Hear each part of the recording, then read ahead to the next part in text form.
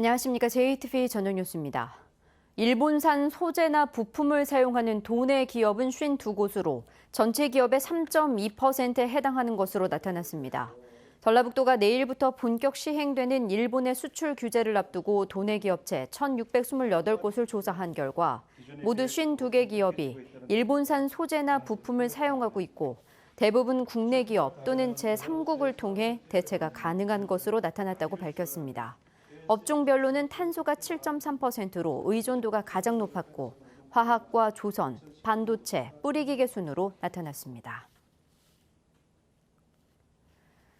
도내 시민사회단체가 개성공단 가동과 금강산 관광 재개를 촉구했습니다. 180여 개 시민사회단체로 구성된 개성공단 금강산 관광 재개 도민운동본부는 일본의 경제 침략에 맞서고 강대국의 자국 중심주의에 대응하기 위해서는 남북 경제 협력에 기반한 평화 경제가 실현돼야 한다며 개성공단 재가동과 금강산 관광 재개가 필요하다고 강조했습니다. 도민운동본부는 순회 강연회와 청와대 국민청원 등을 통해 평화 경제의 필요성을 알려나갈 계획입니다. 전라북도가 전북 연고 국회의원과 2020년 국가예산 확보와 도정 현안 해결을 위한 간담회를 열었습니다. 전라북도는 이 자리에서 기획재정부가 1개 선석으로 삭감한 새만금 신항만 접안시설 2개 선석의 설계 예산 76억 원과 아시아 스마트 농생명밸리 조성 예산 286억 원 등 주요 사업에 대한 예산을 국회 단계에서 반영해 줄 것을 건의했습니다. 또 한국탄소진흥원과 국립공공의료대학원 설립, 원전 관련 지방세법 개정안이 조속히 통과될 수 있도록 해달라고 요청했습니다. 전북교육청이 초등학교 4학년에서 고등학교 3학년까지 전수조사를 실시한 결과 2%가 학교 폭력을 경험했다고 응답했다고 말했습니다.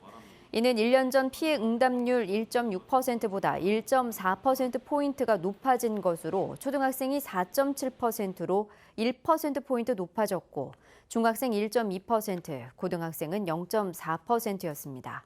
피해 유형별로는 언어폭력이 36%로 가장 많고 집단 따돌림 24%, 신체폭행 9% 등이 뒤를 이었습니다.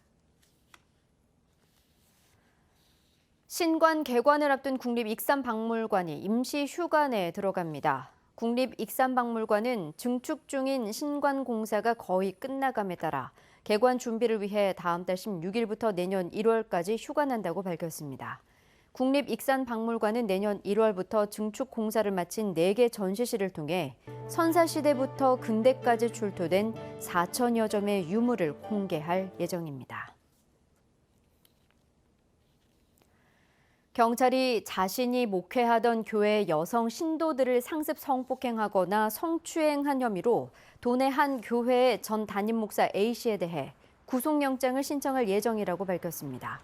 A 목사는 지난 1990년대 말부터 최근까지 여성 신도 9명에게 신의 뜻이라며 접근해 성폭행하거나 성추행한 혐의를 받고 있습니다. 경찰은 피해자들의 진술을 서면으로 확보하고 A 목사를 2차례 소환 조사했다고 밝혔습니다. A 목사는 혐의를 완강히 부인하고 있으며 최근 해당 교회를 사임한 것으로 알려졌습니다. 광주고법 전주재판부 제1형사부는 전 남편을 둔기로 때려 숨지게 한 혐의로 기소된 63살 A씨의 항소심에서 징역 3년을 선고한 원심을 유지했습니다. A씨는 지난해 11월 남원의 한 아파트에서 말다툼을 하던 전 남편 63살 B씨를 수십 차례 둔기로 때려 숨지게 한 혐의로 기소됐습니다. 재판부는 오랜 기간 정신질환을 앓아온 A씨가 치매 증상이 있는 전 남편을 간호해오다 범행 전 정신질환이 심해진 것으로 보이지만 원심의 형량이 너무 무겁다고 볼 수는 없다고 판시했습니다. 오늘 임실 22, 남원과 고창은 20일, 익산 8, 전주 5mm 등의 비가 내렸습니다. 비는 내일 아침까지 5에서 30mm가량 더 내리겠습니다. 내일은 대체로 흐리겠습니다. 아침 최저 기온은 20도에서 22도를 보이겠고 낮 최고 기온은 26도에서 28도로 오늘보다 2도가량 높겠습니다. 내일 오후에도 일부 내륙 지역에 5에서 20mm의 소나기가 오겠습니다. 전주기상지청은 당분간 고기압의 가장자리에 들면서 구름 많은 날들이 이어질 것으로 내다봤습니다. JTBC 8시 뉴스 예고입니다. 무주군이 향로산 정상에 거대한 태권브이 조형물을 설치할 계획입니다. 랜드마크에 대한 기대와 흉물이 될 거란 우려가 교차하고 있습니다. 고군산군도 무인도 가운데 하나인 횡경도를 염소떼가 점령했습니다. 먹성 좋은 염소들 탓에 횡경도가 민둥산이 되고 있습니다. 수동 정지 사건이 일어난 한빛 원전 1호기를 두고 검찰 수사가 본격화되고 있는 가운데 원전안전위원회는 여전히 재가동 계획을 굽히지 않고 있습니다.